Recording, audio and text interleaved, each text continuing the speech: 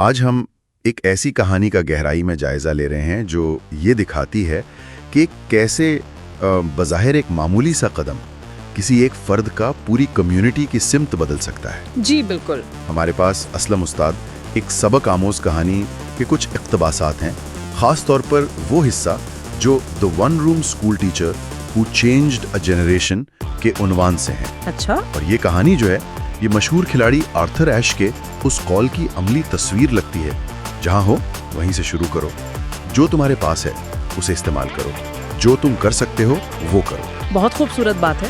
تو آئیے اسلم صاحب کی کہانی میں اترتے ہیں، یہ سمجھنے کی کوشش کرتے ہیں کہ قدرتی آفت کے بعد ان کے اس اقدام نے کیا اثر ڈالا اور یہ ہمیں انفرادی عمل کی طاقت کے بارے میں کیا سکھاتا ہے۔ جی ضرور۔ تو صورتحال کچھ یوں تھی، جنوبی پنجاب کا ایک گاؤں، سیلاب نے تباہی مچا دی، اسکول یا تو بہہ گئے یا اتنے خراب ہو گئے کہ بند کرنا پڑے۔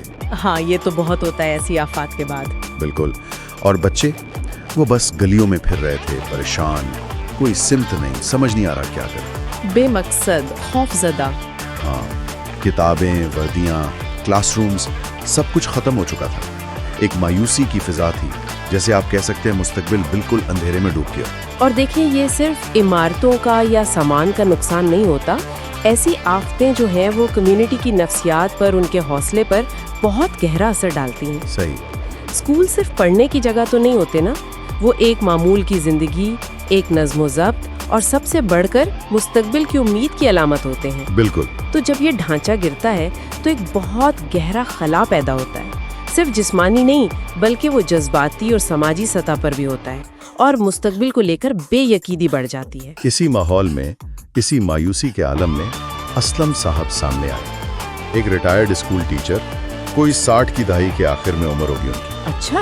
اپنی خاموش طبیعت اور نرم دلی کے لیے جانے جاتے تھے۔ انہوں نے کوئی بڑا اعلان نہیں کیا، کوئی چندہ مہم نہیں چلائی، بس ایک پرانا سا لکڑی کا تختہ اٹھایا، کہیں سے چوک کا انتظام کیا اور ایک بینچ گھسیٹ کر لے آئے۔ گاؤں کی مسجد کے پاس ایک نیم کا درخت تھا، اس کے نیچے۔ اچھا، بس اتنا؟ ہاں بس اتنا۔ اور پھر وہاں جو چند بچے آس پاس پھر رہے تھے انہیں آواز دی، آؤ بچوں بیٹھو، کچھ پڑھتے ہیں۔ یہ بات اپنی سادگی میں غیر معمولی ہے، اس کی اہمیت کو سمجھنا بہت ضروری ہے۔ جی دیکھیں، اس وقت جب ہر طرف ایک افراتفری تھی اور پورا نظام جیسے مفلوج ہو چکا تھا، ایک فرد کا اس طرح آگے بڑھنا یہ اپنے آپ میں امید کی ایک بڑی کرن تھی۔ صحیح کہا۔ یہ اصل میں اس خیال کا عملی نمونہ تھا کہ جو تم کر سکتے ہو وہ کرو، مطلب وسائل کا یا کسی اجازت کا انتظار نہیں کیا، بس پہل کر دی۔ بالکل۔ اکثر بڑی تبدیلیاں ایسے ہی چھوٹے غیر متوقع قدموں سے شروع ہوتی ہیں۔ یہ صرف پڑھانے کا عمل نہیں تھا، یہ اس وقت جو بے بسی کا احساس تھا نا، اس کو چیلنج کرنا تھا۔ آپ نے بالکل درست کہا۔ اور وہ کلاس روم، وہ بھی کیا تھا؟ زمین پر بیٹھنا، نہ کوئی کاپی پینسل شروع میں، نہ کوئی کتاب، سخت گرمی میں پنکھا تو دور کی بات۔ ظاہر ہے۔ لیکن جو چیزیں واقعی اہم تھیں وہ وہاں تھیں، ایک استاد، سیکھنے کا عمل اور شاید سب سے بڑھ کر ایک محبت بھرا شفیق ماحول۔ جی۔ اسلم صاحب نے وہ بنیادی حساب، حروف تہجی سکھائے، کبھی زندگی کی کہانیاں سنا دیں، کبھی کبھی تو بس بچوں کا دل بہلانے، ان کا حوصلہ بڑھانے کے لیے۔ یہ بہت اہم ہے۔ اور یہ سب کچھ بغیر کسی فیس کے، کسی سے ایک پیسہ لیے بغیر، نہ کسی عطیے کا انتظار، نہ کسی منظوری کا، بس جو ان کے پاس تھا وہ تختہ، چوک، بینچ اور اپنا علم، اسی کو استعمال کیا۔ کمال ہے۔ پہلے دن تو شاید 3 ہی بچے آئے تھے، لیکن بات پھیلی اور ایک ہفتے میں ہی یہ تعداد 15 تک پہنچ گئی۔ اس عمل کی جو گہرائی ہے نا، وہ رسمی تعلیم سے کہیں زیادہ تھی۔